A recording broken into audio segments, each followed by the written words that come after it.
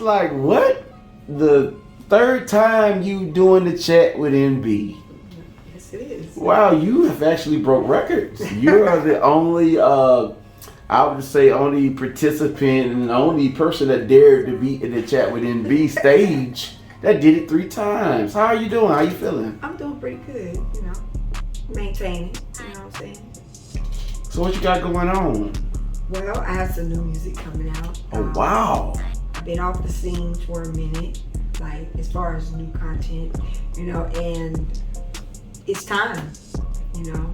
I've been MIA, you know, I still post my things, you know, do the content I have, but it's time for a new flame. So what made you, I would say, take the, you know, the breaks that you did, you know? I know life happens, but why did you take that break? I mean, life happens, you know. I can say initially life happens, but during the time of that hiatus, so to speak, I grew some more things became open and clear to me. A whole different avenue of the direction that I'm going creatively, and I'm just ready to share it with the world. Okay, and when you say that, you know, life happens, anything that you want to specifically talk to the people about, or you just want to keep it more of a personal level? I mean, you know, people know what people go through. I mean, I don't necessarily have to delve into the specifics of it, but at the same time, you have to balance your life, you know what I'm saying, with your passion. You know what I'm saying? And on top of that, you have to know if your passion is truly your passion. You know, some people can go through life and forget about the passion because the passion wasn't really their passion. You understand? But when it's what it is, you get back to it because you can't get away from it. It's a part of your destiny, and that's where you're going. And that's where I am. So, in your hiatus as you speak, did you second guess your passion in it? I didn't second guess it necessarily. It's just that, you know, I know a lot of artists and that have gone through various things, but they didn't recuperate to get back into their artistry. You know what I'm saying? To get back into their creative niche. You know what I'm saying? And I think that at some point you question if this is really what you should be doing. You understand what I'm saying? And I'm not saying I question if this is really what I should be doing, because I know what I'm supposed to be doing. But at the same time, I had to understand the seasons and the times of my life. You know, sometimes people get it twisted. They don't understand times and seasons, you know what I'm saying? And with that being said, you can move before time, and I think right now I'm right on time. Excellent, excellent. Do you feel like music was your first passion? What was your first passion if music wasn't your first passion? I have always loved music. Like, always. When I say always, you know, music is therapy. In any genre of music, you know, it is therapy. It can assist you through your highs, your lows, you know what I'm saying? It can bring about emotions that you did not know were there. It can bring about revelations, depending on the artist and the way they deliver it, you know. It can be therapy, and I've always needed therapy. I don't know a person on this planet that doesn't need therapy in some fashion, because we've all gone through so many things we need to recuperate and heal from. That's dope, that's dope. So, let's get to more of your story. I mean, I know we've done this about 3 times and everything, but this is like something way different now. A lot of things have changed with you.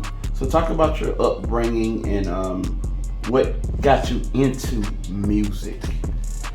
Let's see. I was brought up in a Christian household, you know what I'm saying? My mom kept me in church, of course, you know, instilled what she instilled in me about God and spiritual things and the orifices of that, you know. But at the same time, life helped me to build a relationship with God. You know what I'm saying?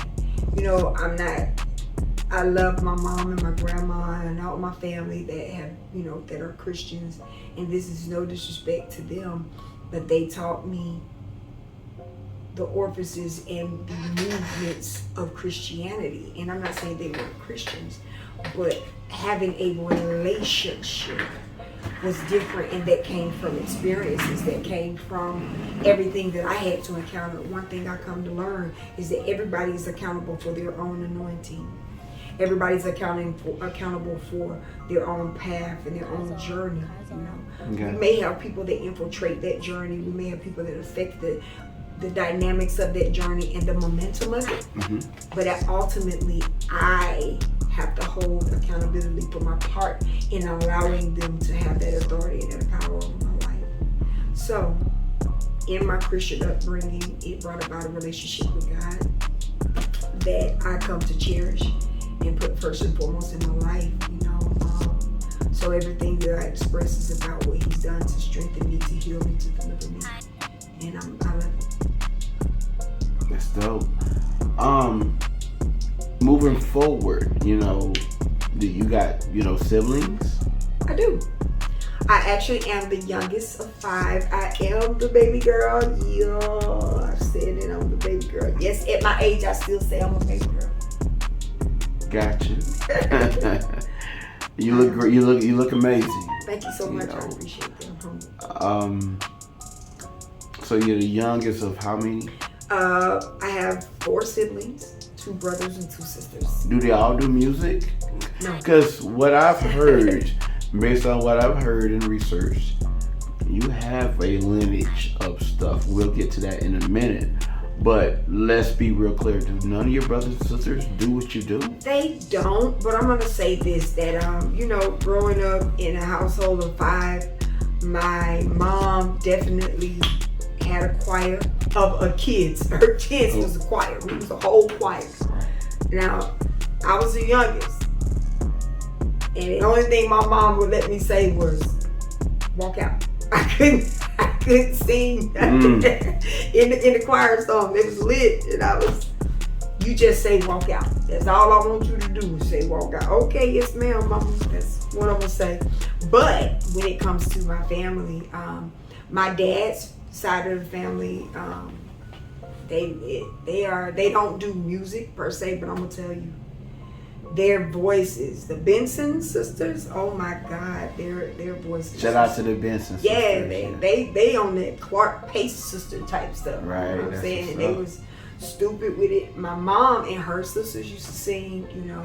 So there is singing in the family. Right. Just know that that's there. You know, that gift is there and is appreciated from both sides of the family, from my mom and my dad. So it's in there, you know. But as far as engulfing themselves in it and focusing on it, you know.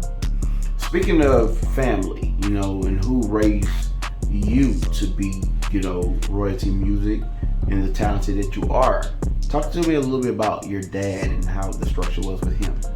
My dad was super dope, you know what I'm saying? He's no longer with us. He's been gone for a minute. Sorry. But he's always with me. That's right. You know what I'm saying? And he was super dope. He was help anybody, do anything for anybody. You know, he had his issues, you know. He had his demons, he had his ghosts, he had his skeletons.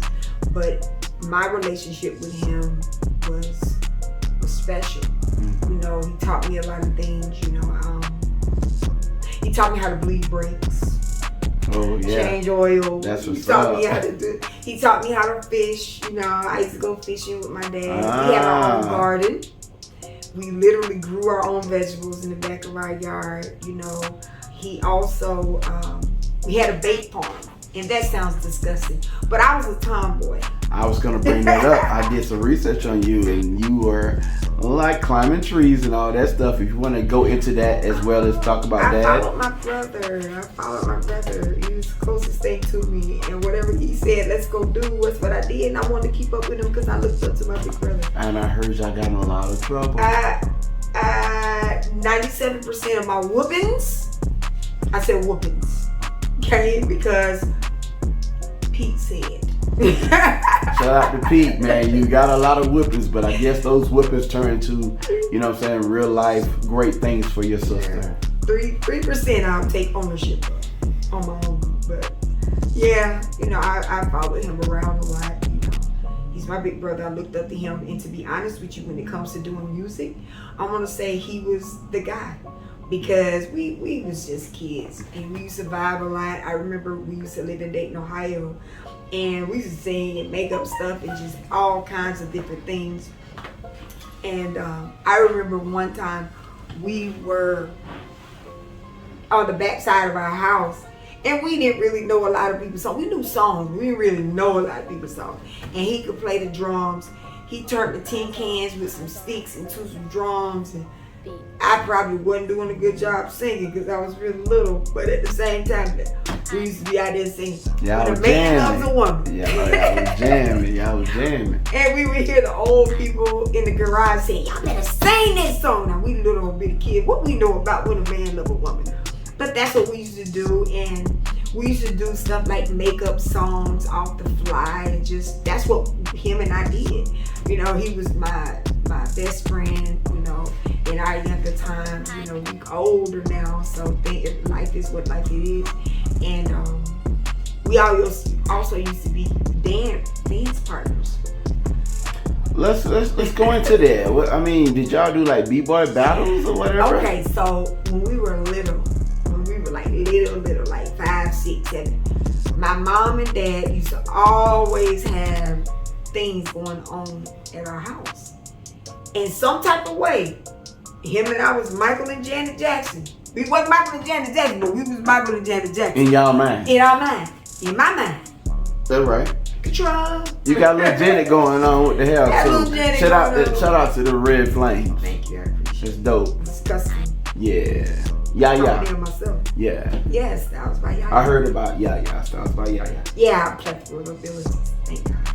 But we used to dance for them, and every time they had their friends over, they would, yeah, come on in here and dance. And we would do our thing, and everybody would get hyped up about these two little kids dancing and discoing. And as we grew up, the era of breakdancing came about, and we did dance battles. We used to do dance battles. You talking about, let me ask you a question. You talking about turbo ozone breaking dance battles? I'm talking, my dance name was originally Tour de France. Tour de France. That's actually a French situation. I got it from Breaking, because I love that movie. And Breaking? Breaking 1. Which is your favorite movie? Breaking 1 or Breaking 2 or all of Breaking? Breaking, period. But Breaking 1 is, you know. Yeah, that's the original. That's the original. Then Beat Street came out. Oh, and then Beat Street. You know, you can't leave that. But who was your favorite, Turbo or Ozone? Turbo. Turbo was my favorite. And Turbo killed it. You know, Ozone was smooth. You smooth. He was smooth, man. He was. But ain't nothing like that Jerry curl, that dark skin. I always wanted that good hair. Right. He had that good hair. Yeah. So, he just went. He wasn't doing it like Turbo. He was so smooth. But he did his thing. Yeah. Okay. But Turbo was, and my brother could do Turbo. I was not a Turbo. Matter of fact, I was terrified that every time my brother put me in the middle of a battle, it was terrifying to me. But guess what? My brother said do it. I think it built confidence in you. I definitely believe so, you know. And as we got older, as our teenage life, we used to do battles here in Georgia, in Atlanta, and people would come by our house and say, yo, you got some people coming down from this part of Atlanta, you know, we having a clubhouse party at the spot, y'all gonna show up and battle. Right. We there. And that's what we used to do. So dancing used to be my thing. I'm talking about dancing. Dancing. Not that dancing. Not the other stuff. Okay. But it sounds like to me, your dad was a heavy influence on you, and your brother was as well. Definitely. But let's talk about the queen, your mom. Let's talk about it. That woman is amazing. She's absolutely amazing. She went through so much as a child in her early, you know, back in her time, they were having kids very early, getting married extremely early, and she did so. But she always worked hard, and she taught me that, to work hard. You know, there was times when she couldn't be there, you know, for us the way the society says that a mom should be, but she was a provider as well as my dad. You know, yes, my dad wasn't always there, but I cherish the times that he was, you know, and what he instilled in me. my mom, she was always there. I'm saying she was. That's what's up. I used to rob her of her wardrobe when I got old enough to do so. So your mama had swag too? Your mama wasn't wearing no red hair. Don't let me find out. She wasn't wearing red, but I promise you, my mom and my aunties, they was lit. Okay. They was lit. Like, my mom was out there. I remember my mom dated one of the Commodores. That's dope. Lionel Richie. I remember my auntie dated Lionel Richie. Lionel Richie almost was my uncle. That's breaking news. Chat with NB. That's breaking news. Chat with NB. Breaking this. That's exclusive. It didn't work out. However, you know, my mom she was, you know, what we call today bougie. She was, you know, on her thing. You know what I'm saying? She never let anybody stop her. You know what I'm saying? I remember because my mom had kids so early, she didn't graduate from high school. I remember I was probably 7. We moved to Dayton, Ohio, and my mom went back to school when I was 7. I don't know how old she was. I'm not trying to calculate that. But when I was 7, she went back to the community college in Ohio to get her GED, and she got certified as a nurse. And I used to go to school with her at night, and I would sit outside of her classroom, outside, and the teacher would bring me worksheets for me to do while my mom was getting her high school diploma. And I thought that, you know, just that memory makes me say, you never give up. You understand? You never give up. You're never too old to do, as long as you're breathing. So she inspired me a lot, you know, to do a lot of things and to continue on, you know, in various aspects of my life. So she's super dope. Still super dope right now. Dope. I love it. So I've been doing a little bit of research, and I realized that you're not the only one that's dope. When it comes to your great gift and talent, somebody told me, or Birdie told me, you got some children that have the same vibe, or even better. Talk to me about that. Yes. To be broadly honest, I have 6 kids, 3 boys and 3 girls. Every one of them is musically inclined. And wow. Wow. 6 kids? Wow. 6. I don't see it. I ain't flirting. I'm just saying I don't see it. You Stella got a groove there. Yes, I do. And you know, my kids essentially, I'm gonna say, we grew up together in a certain fashion, you know what I'm saying? And we always had a really good chemistry and a really good vibe. And music has always been a part of our therapy and our life and our vibrance and our chill, you know? So, yeah, myself and my kids used to ride down the street and we would have freestyle. Okay, I see some videos. You know what I'm saying? We do that. We've been doing that since they was like little bitty kids, like elementary school. They all grown, thank the Lord. But we've been doing that since, you know, they were small, because I was always writing. And I was always writing. I've been writing for a long time. So we used to do freestyles in the car. We would say, hey, pick a topic. We rapping about a pencil. Wherever you got to make up something they got to do with a pencil. We would cipher. We would have our own little family cipher. And everybody was lit, you know. They're not engulfed in music. However, a few of them are, 3 of them are, you know, that do their thing. All of them are amazing writers. But, yeah. That's dope. That's dope. So what do you think about, like, parents that need to, like, when they see that children have some of the same gifts that the parents have, do you think that they should nurture that or just let them do what they do and let them find themselves? You know, I believe that you should nurture and encourage it and support your kids, you know, especially in their passion, and you know the gifts don't fall far from the present. So, you know, when it comes to myself and my kids, we all have different swags, you know what I'm saying? But they are lit in their own individual capacity. Oh. And I I could say I'm their biggest fan. You know, when it comes to what they do, I do appreciate the fact that they listen to some of my insight on various things that I know that they don't know. That's really it's a blessing, because a lot of children today don't do that. So I can tell that you have major respect. They respect you. I think that they admire it in the sense of, man, my mom's still kicking and she ain't gave up. No, I'm not gonna give up. Now, I had one of my children. She actually official background singer and travel with me. She on studio recording. She's on the release Trust You that's throughout. I mean, you can actually say her name. I mean, her name is Denise. We call her Denise. Shout out to and Denise. She's the youngest. Okay. Youngest girl of all 6 of my kids, and she's amazing. You know what I'm saying? She do her thing. You know, my oldest daughter Portia, she does her thing. My son Gabriel, he does his thing. The angel Gabriel, Portia Champagne, Dene, that's her actual artist name. Denise is Dene, and all of the writers, like their writing ability, their pen skills is incredible. So basically, what you're saying is it don't, you know, the branch don't fall too far from the tree. Not at all. Matter of fact, the branch don't even fall. They stay on the tree. That's what's up. Right there. That's what's up. Alright, so a lot of people want to know, where are you from? Where were you born? I was actually born in Alabama.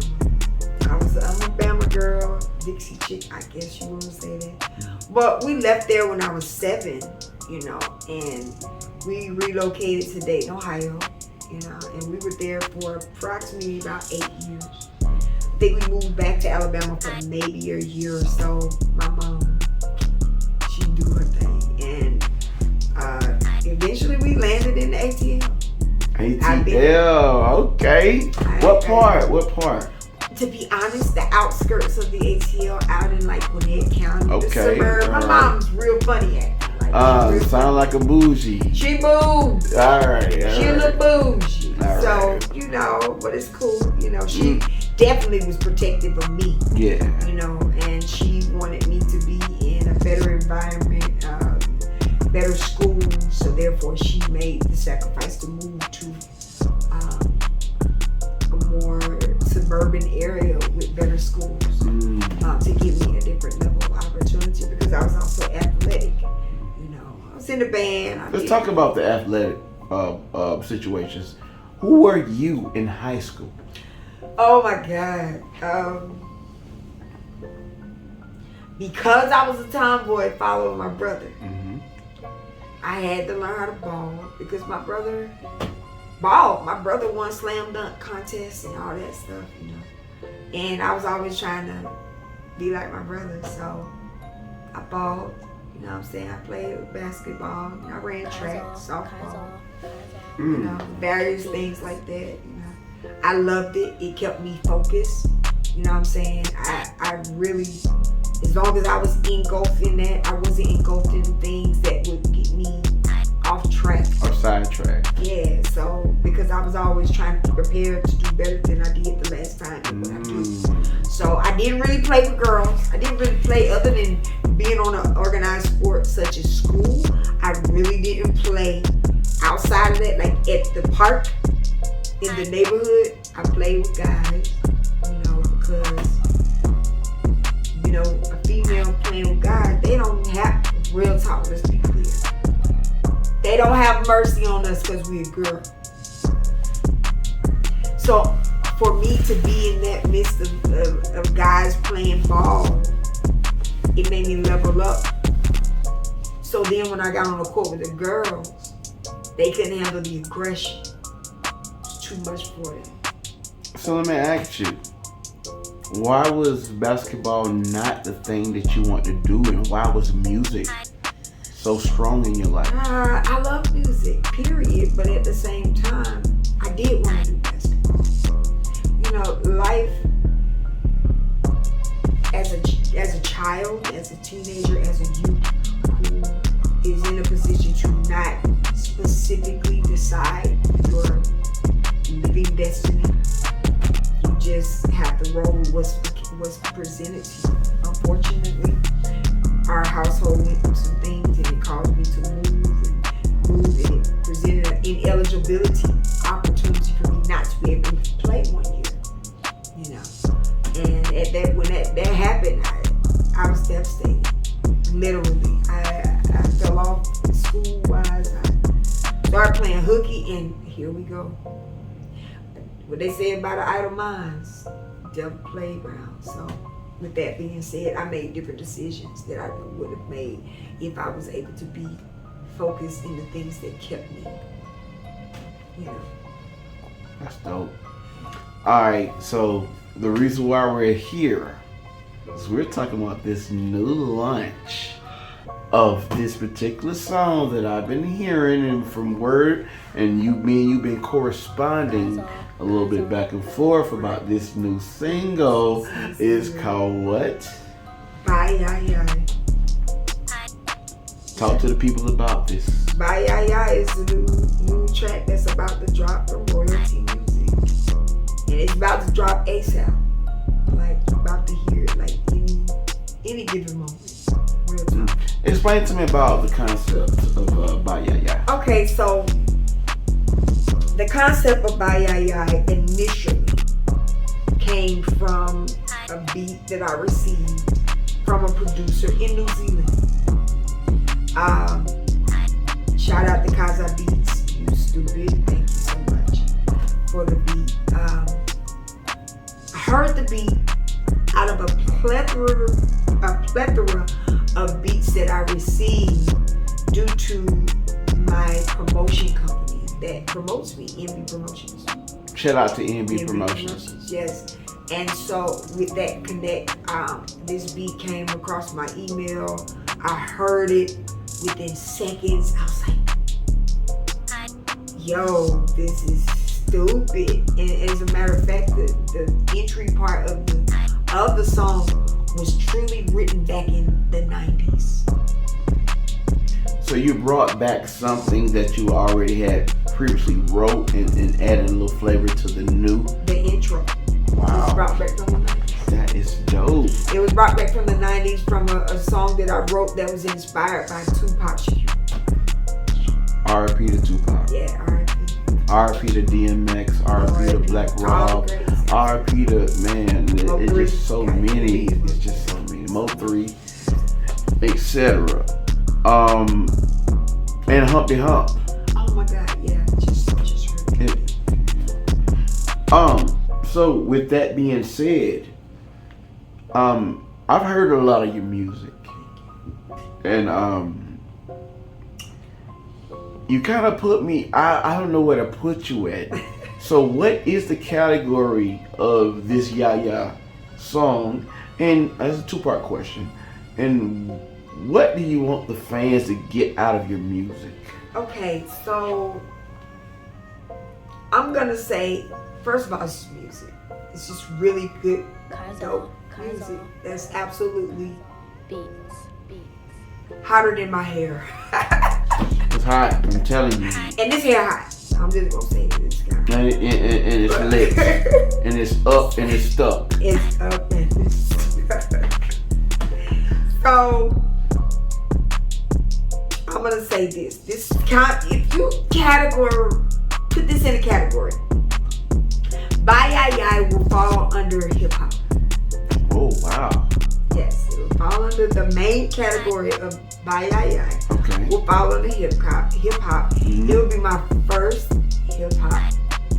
full hip hop single. I've been spinning a little bit for a long time. Mm-hmm. You know, here and there in the midst of singing at the same time. So, as far as a fully committed hip hop song, this is the first one. Stupid excited about. Everybody getting to hear it. What I do want my fans to get out of it is the message of never give up on who you are and what you know you are, regardless of the people that don't believe in you. Have confidence, stand in that confidence, flat-footed, looking them straight in the eye, and go for what you know. Go for who you are. open what God graced you to be. You know what I'm saying? Because so many people encounter so much rejection, and to the point where the vision that they know is within them, it begins to diminish its value. It begins to diminish its intensity on their life. And when it diminishes itself, you lose the vision. And I choose not to lose the vision that's already in me. You know, how it's delivered, that's how it's given to me. You know what I'm saying? Everybody don't have to agree with the way it's delivered to me and the way I express it to you. But I feel like this song is to encourage a host of people. Don't give up. You know what I'm saying? You always have haters. Judas gonna always want to sit at the table. But on the real, at the end of the day, Jesus got up. That's very well spoken and very well put. But I've heard some R&B stuff from you, and I think that a lot of your fans love your vocals as well. Which one do you choose to do, hip hop or R&B or what? You know, if you had to, you know, not putting you in a box, because obviously you're not a person that wants to be put in a box. But I mean, you like this? Which one you like to do more, sing or rap? You know, I like the vibe. Understand that, you know, for me, the genres are blurred because everything to me is a vibe. Whether it be expressed, let me be clear. When it comes to royalty music, the vibe goes about based on what's necessary at the moment for the vibe. So if the vibe requires hip hop. So is the vibe, are you saying the vibe is the beat? The vibe is not only the beat, because I write from here. I hear music in my head. You understand? With that being said, a beat can create a vibe, but I already have vibes within me. You know, so when it comes to that, the vibe may be hip hop, it may be R&B, it may be jazz, it might be blues, it might be pop, it might be rock. But at the end of the day, the source is who strengthens me. And that's where my message comes. So, I've been doing a little research, and let's just say the rumors are out there that you were a gospel singer. Explain, let's talk about that. I am royalty music, freestyling the gospel, and that's my motto. When I say that, it doesn't necessarily represent that I'm hip hop all the time, but it represents that whatever the Holy Spirit gives me to express to the people in whatever fashion, in whatever capacity, in whatever intensity, in whatever dialect, in whatever motion and movement it is, that's what you want to get. That's freestyling the gospel to me, because at the end of the day, whether I be expressing my message with an R&B swag, the message is always going to be, for the most part, about what God has done for me, you know, how he's healed me, set me free, saved me, and rebuilt me from nothing. So basically what you're saying is people gotta, you know, get out of their own way and stop being so judgmental, because at the end of the day, if you have a message, you can still have that same message and still believe in the higher power, and I would call him Jesus Christ or God. You still have the opportunity to still do it for him, but in a level that's not judged. Well, you know, I'm gonna be real with you. I could care less about the judgment. I'm gonna be clear. I could care less about the judgment. You know, it's so many people operating with a religious nature that are Christians. As I grew and had my own experiences and opportunities to go through things, I had to figure out a relationship with God. In a relationship with God, it just created the opportunity for me to understand the walls of religion and traditional and ritualistic behavior. Sometimes ritualistic behavior can bring about a borderline of being able to reach the people that Jesus went out. He spent most of his time in the streets. You know what I'm saying? I'm not saying that that's my goal, but I'm saying if he give me something that's going to reach the people, because the people need to be reached. I don't want to talk to the people already sitting in the pews. They already know. I want to talk to the people that ain't sitting in the pews. You know what I'm saying? I want to reach somebody that's been through what I've been through, that where what comes from me through the Holy Spirit can be relatable to their life so they can feel something.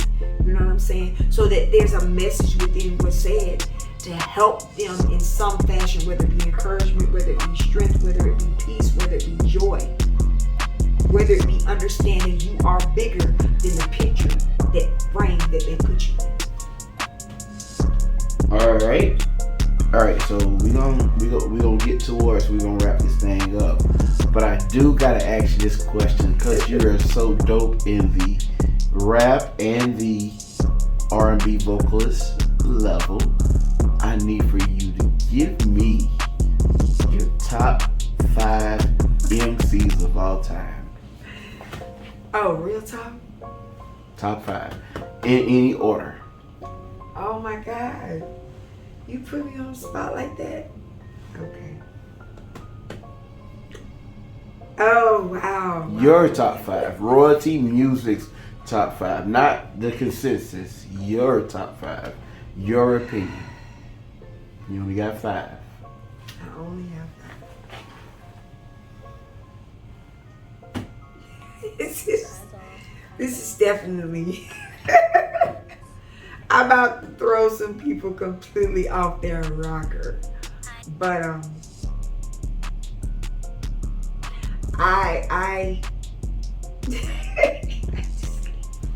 literally can't even say it now.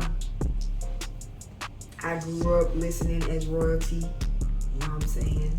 Listening to secular, you know. And with that being said, I got a lot of insight and what's the word I want to say? Like drive from listening to various artists that had nothing to do with God, to be real with you. So, you know, I used to like the Ghetto Boys, you know what I'm saying? As a whole? Or Scarface? Scarface primarily, you know what I'm saying? You gotta have one. You can have a group. Scarface. All right, Scarface is in it. All right, that's one. Eazy-E. 2. You know what I'm saying? That's some DMX, of course. Oh, 3. DMX. But Eazy-E was really one of the ones I was very shocked about that one. But I ain't never heard nobody say Eazy-E. Ice Cube. That's 4. That's 4. And sound like to me you really love the West Coast. you know. Oh, and MC Lyte. MC Lyte, New York. No, I was gonna get into that. You said artist. You didn't say male or female. You're right. I didn't do that. That's my bad on that. But whoa, that's the actual strong 5. You know, in their eras and what they did. And what they did. And, I mean, in my time of my life. So. Yeah, and they brought a lot to the table. All of these artists. It wouldn't have been if it wasn't for Eazy-E. It wouldn't be no Bone Thugs and Harmony. Thanks. It wouldn't be no NWA. Yes. Eazy-E did that. He did it. All right, you know, and MC Lyte, you can still see MC Lyte right now today. Right to this day, she's amazing. Like she really, as a female MC, she is the truth.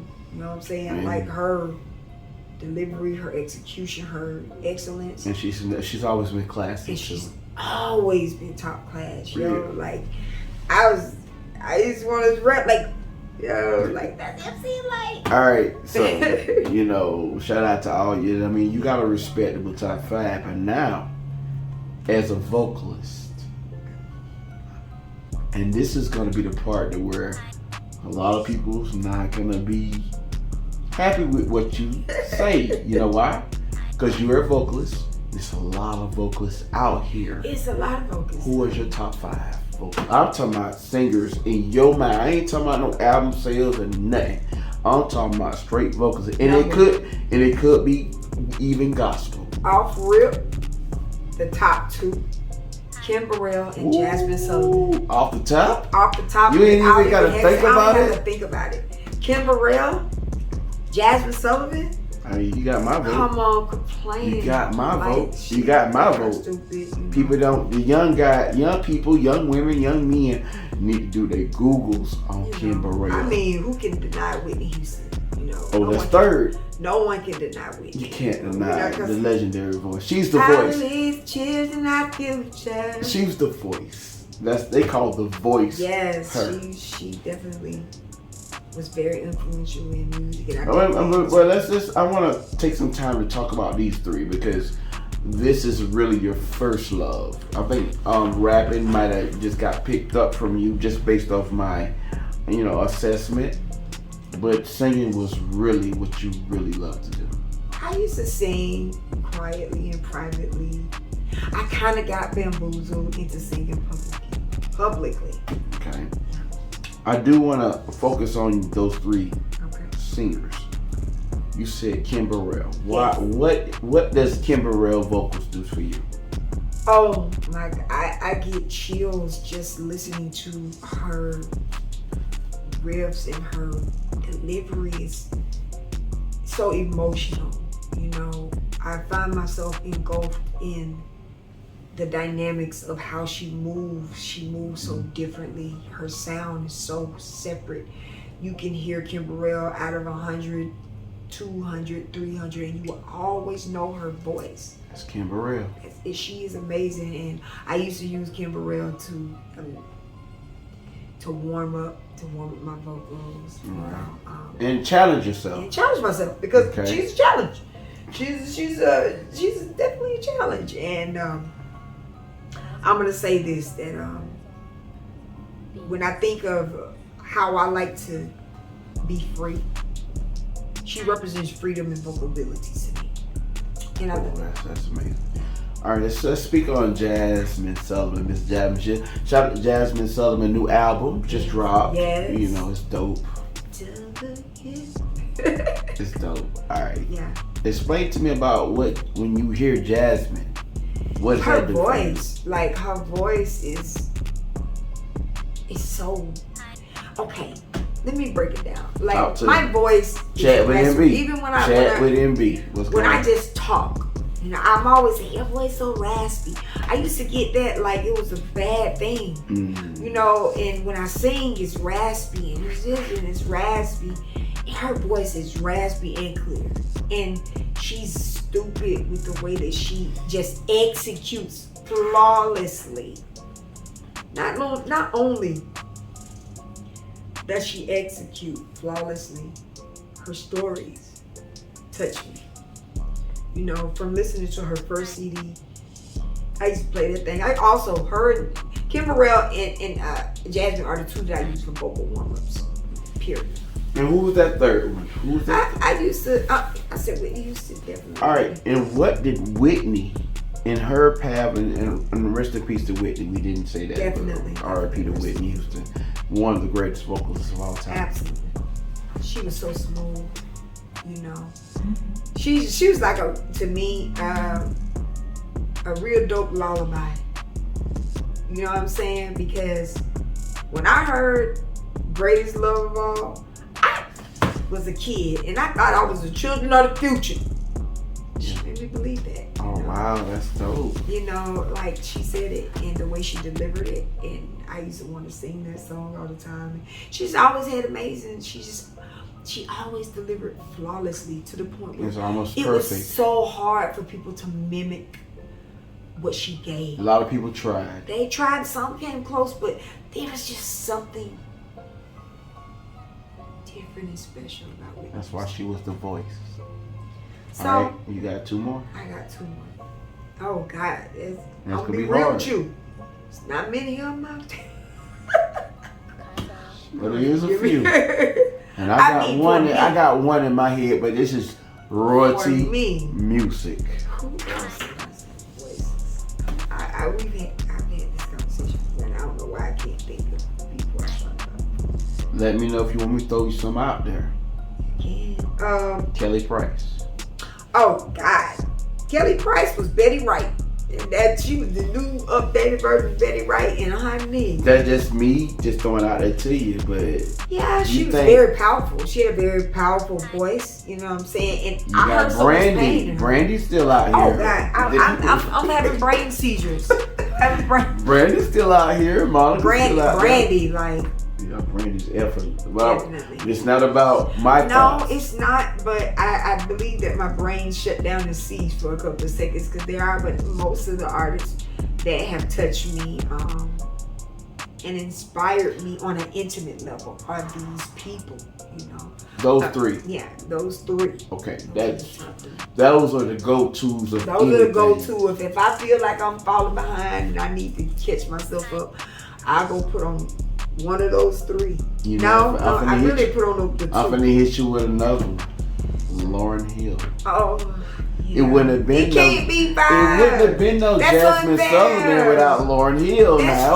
That's true, because you know, it's just messing Lauryn was crazy with the vocals. I'm gonna be really But you being a rapper and a singer and having all these styles, Lauryn was really the first female to do all that. Yeah, I guess I'm gonna say okay. Let me be real mind. transparent in this capacity. Gotcha.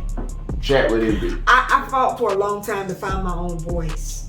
Gotcha. You know, and when I came to find my own voice, I started minimizing the time that I spent listening to other people's voices. I agree with that. You know, because so many times, you know, people want a duplicate of Whitney, a duplicate of Kim, a duplicate of Jasmine, a duplicate of Lauren, a duplicate. Yes. These people cannot be duplicated. They're all themselves. You know what I'm saying? And when you try to be somebody else, you can't deliver on the level that you're supposed to. So with that being said, there's a plethora. I can't put it in 5. All right. So anything else that you have to tell the people? Here's your time, and then let them know how to find you on your social medias and etc. This is what I want to say. I'm gonna reiterate. Never give up on your purpose and your destiny.